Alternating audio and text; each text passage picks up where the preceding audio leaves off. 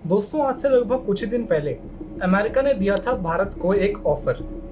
उस ऑफर में America India को बोलता है कि देखो इंडिया, तुम्हारी आजकल बहुत ज़्यादा टेंशन चल रही है चाइना से। कभी लद्दाख बॉर्डर पे, कभी अरुणाचल प्रदेश में, कभी इंडियन ओशन में। कुछ टाइम पहले तो चाइना ने यह भी कह दिया था कि इंडियन ओशन में जो वर्ड है ना इंडिया, उसको रिमूव कर दो। इंडियन ओशन सिर्फ इंडिया का नहीं है जो उसका नाम लगाते हो यहाँ पर। और दूसरी तरफ हमारे साथ भी उनकी बहुत टेंशन चल रही है, मतलब अमेरिका के साथ। हर दूसरे दिन वो लोग बोलते रहते हैं कि हम ताइवान पे हमला कर देंगे, पूरा कब्जा कर लेंगे। और अगर ताइवान पे हमला कर दिया तो अमेरिका की जो आईटी इंडस्ट्री है वो पूरी बैठ जाएगी। साउथ चाइना सी में इतनी टेंशन चल रही है, ईस्ट चाइना सी में इतनी टेंशन चल रही है।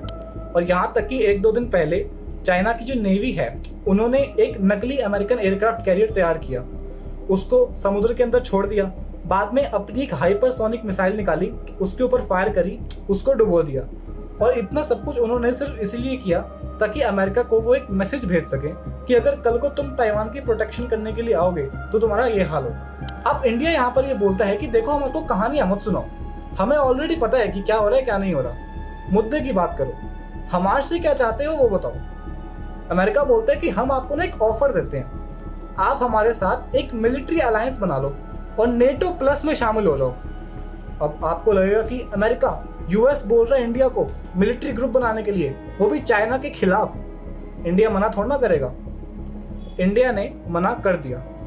इंडिया ने रिजेक्ट कर दिया इस ऑफर को और कहा कि जो आप हर एशियन कंट्री को चाइना का डरावा दे देकर उनको अपने अलायंस का पार्ट बना रहे हो और फिर बाद में अपनी उंगलियों पे नचाते हो, ये चीज हमारे ऊपर अप्लाई मत करो। हम पूरी तरह से कैपेबल हैं चाइना की एग्रेशन का जवाब देने के लिए। अलायंस तो हम लोग आपके साथ बनाएंगे नहीं, लेकिन हाँ, हम स्ट्रेटेजिक पार्टनरशिप करने में विश्वास रखते हैं। वो कर सकते हो तो बताओ। तो दोस्तों, जानते हैं इस पूरे मामले को आज की इस वीडियो में कि ये सब चल क्या रहा है। अगर चैनल पर नए हो तो सब्सक्राइब जरूर करना, अगर वीडियो पसंद आए तो लाइक भी जरूर करना। अब देखो, सबसे पहले तो हमें ये समझना पड़ेगा कि नेटो प्लस क्या है, ये किस तरह की मिलिट्री ऑर्गेनाइजेशन है। हो सकता है कुछ लोगों को आप में से पहले से पता हो कि नेटो क्या है और नेटो प्लस क्या है, वो इस टाइम तक वीडियो को स्किप कर सकते हैं। अब अगर जिसको नहीं पता वो आराम से सुनिए। यहाँ पर देखो, नेटो प्लस जो है वो एक नेटो का ही एक्सटेंशन है, आप यूँ समझ लो। जो नेटो है, NATO, उसका मतलब है नॉर्थ अटलांटिक ट्रीटी ऑर्गेनाइजेशन। जो अटलांटिक ओशन है उसके नॉर्थ में जितने भी देश हैं, जो अमेरिका, कनाडा, आइसलैंड और यूरोपियन कंट्रीज कुछ कुछ हैं, वो सब इसका पार्ट है। कुल 31 देश हैं इसके मेंबर।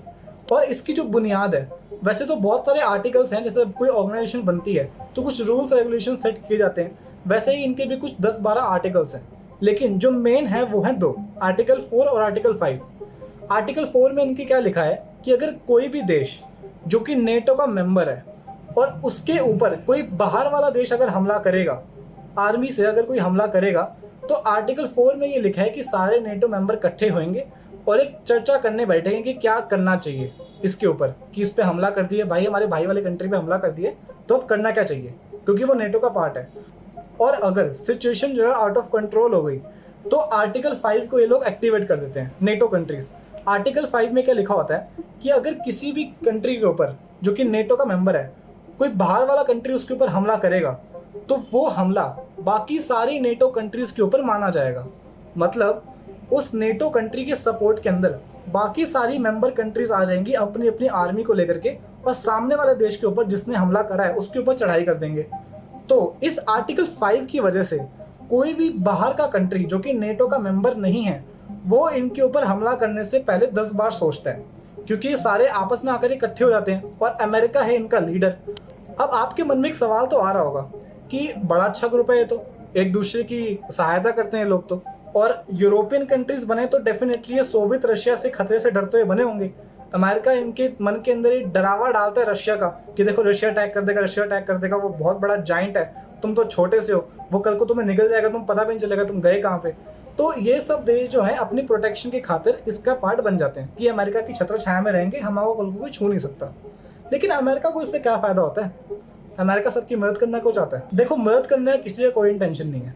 अमेरिका क्या बोलता है कि देखो, आप नेटो का पार्ट बन जाओ, बदले में हमें इतनी सी जगह दे दो अपने देश के ऊपर जहां पर हम अपना एक मिलिट्री बेस बना लेंगे और आपकी कंट्री के अंदर अपने न्यूक्लियर वेपन्स को इंस्टॉल कर देंगे, कि कल को अगर आपके ऊपर हमला हो गया तो हम वो न्यूक्लियर वेपन्स चला सकें आपके देश से। अब आप बोलोगे इससे फ़ायदा क्या होता है? दोस्तों, बहुत फ़ायदा होता है। आज अमेरिका इकलौता ऐसा देश है पूरी दुनिया के अंदर जो कि सिर्फ 30 मिनट के अंदर या फिर उससे भी कम में पूरी दुनिया में कहीं पर भी स्ट्राइक कर सकता है। अमेरिका आज भले ही दुनिया के दूसरे कोने में बैठा हो, लेकिन आज इकलौता वही ऐसा देश है जिसके पास हर देश का एक्सेस है। वो किसी भी देश के ऊपर मैक्सिमम 30 मिनट के अंदर हमला कर सकता है, चाहे वो दुनिया की दूसरी तरफ ही क्यों ना हो, क्योंकि उसने 800 से ज़्यादा पूरी दुनिया के अंदर अपने मिलिट्री बेस बना रखे हैं, फिर चाहे वो गल्फ कंट्रीज़ में हो, यूरोपियन कंट्रीज़ में हो। और इसी नेटो ऑर्गेनाइजेशन को वो एशिया के अंदर एक्सपेंड करने की कोशिश कर रहे हैं।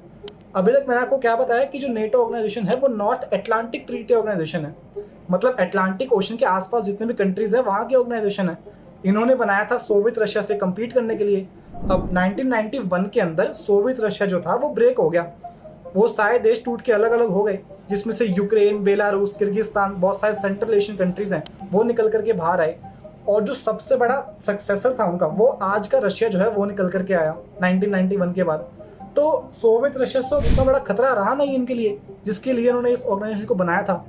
लेकिन आज 21वीं सदी में सबसे बड़ा खतरा जो है वो है चाइना, अमेरिका के लिए। लेकिन ऑर्गेनाइजेशन तो है ये अटलांटिक में, तो वहाँ पे काउंटर कैसे करें अब? इसीलिए अमेरिका जो है इस नेटो को अब एशिया के अंदर फैलाने की कोशिश कर रहा है।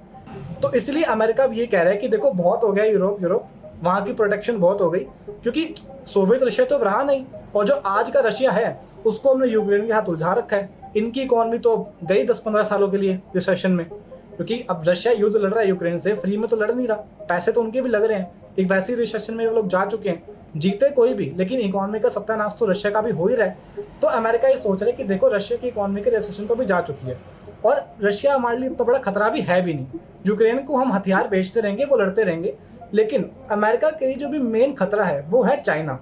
तो एशिया के अंदर हमें नेटो को एक्सपैंड करना चाहिए, और इसीलिए वो लेकर के आए हैं NATO plus. Early in the history of warfare, man learned that the best formula for victory was compounded of striking power, mobility, and self-protection. Well, NATO Secretary General Jens Stoltenberg has arrived in South Korea's capital, Seoul, where he's due to meet with several high-level officials. It's the first stop on a trip aimed at strengthening ties with U.S. allies. И вчера были леопарды. Они горят. Также будут гореть и F-16. Сомнений нет. NATO plus के अंदर कुल 4 देश इन्होंने बनाए हैं। अब तक 4 देश शामिल हो चुके हैं, जापान, ऑस्ट्रेलिया, न्यूजीलैंड और साउथ कोरिया।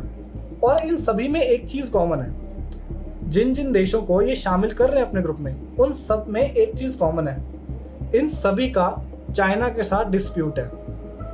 देखो, आपने वो कहावत तो सुनी होगी कि दुश्मन का दुश्मन दोस्त होता है। जापान का डिस्प्यूट है आइलैंड्स को लेकर साउथ चाइना सी में चाइना के साथ, साउथ कोरिया का डिस्प्यूट है नॉर्थ कोरिया के साथ, और नॉर्थ कोरिया को सपोर्ट कौन करता है? चाइना। तो अल्टीमेटली चाइना के साथ उनका डिस्प्यूट हो गया। ऑस्ट्रेलिया जो है वो बहुत ज़्यादा डिपेंड है चाइना के ऊपर ट्रेड के लिए। अगर ऑस्ट्रेलिया कुछ भी चाइना के खिलाफ करने की कोशिश करता है अपने सॉवरेनिटी के उसके ऊपर, क्योंकि चाइना जो है पपुआ न्यू गिनी इन जैसे देशों में अपना मिलिट्री बेस खड़े करना चाहता है, जो कि ऑस्ट्रेलिया को इससे बहुत खतरा है। तो ऑस्ट्रेलिया अगर कुछ खिलाफ करने की कोशिश करता है तो चाइना उनको ट्रेड बंद करने की धमकियाँ देता है, तो इसलिए उनसे भी डिस्प्यूट चलता रहता है चाइना का। अब आप पूछोगे कि भारत को शामिल क्यों करना चाहता है अमेरिका? सेम लॉजिक है, भारत का भी चाइना के साथ बहुत सारा डिस्प्यूट है, और पूरे एशिया के अंदर सिर्फ एक ही ऐसा देश है जो कि चाइना को काउंटर बैलेंस कर सकता है, और वो है भारत, इकोनॉमिकली भी और मिलिट्रीली भी।